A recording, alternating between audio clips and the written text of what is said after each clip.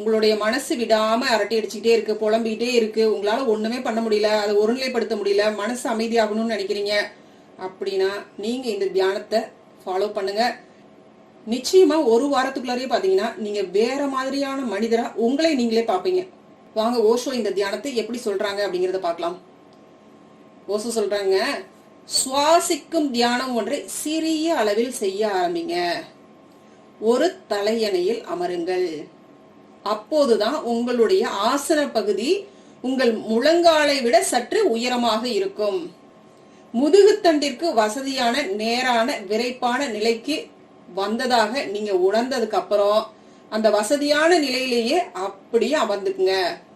இப்ப பாத்தீங்கன்னா உங்களுடைய உடல் பூமியோட தொடர்பு கொள்ளக்கூடிய அந்த நடு மையத்திற்கு வந்துட்டீங்க.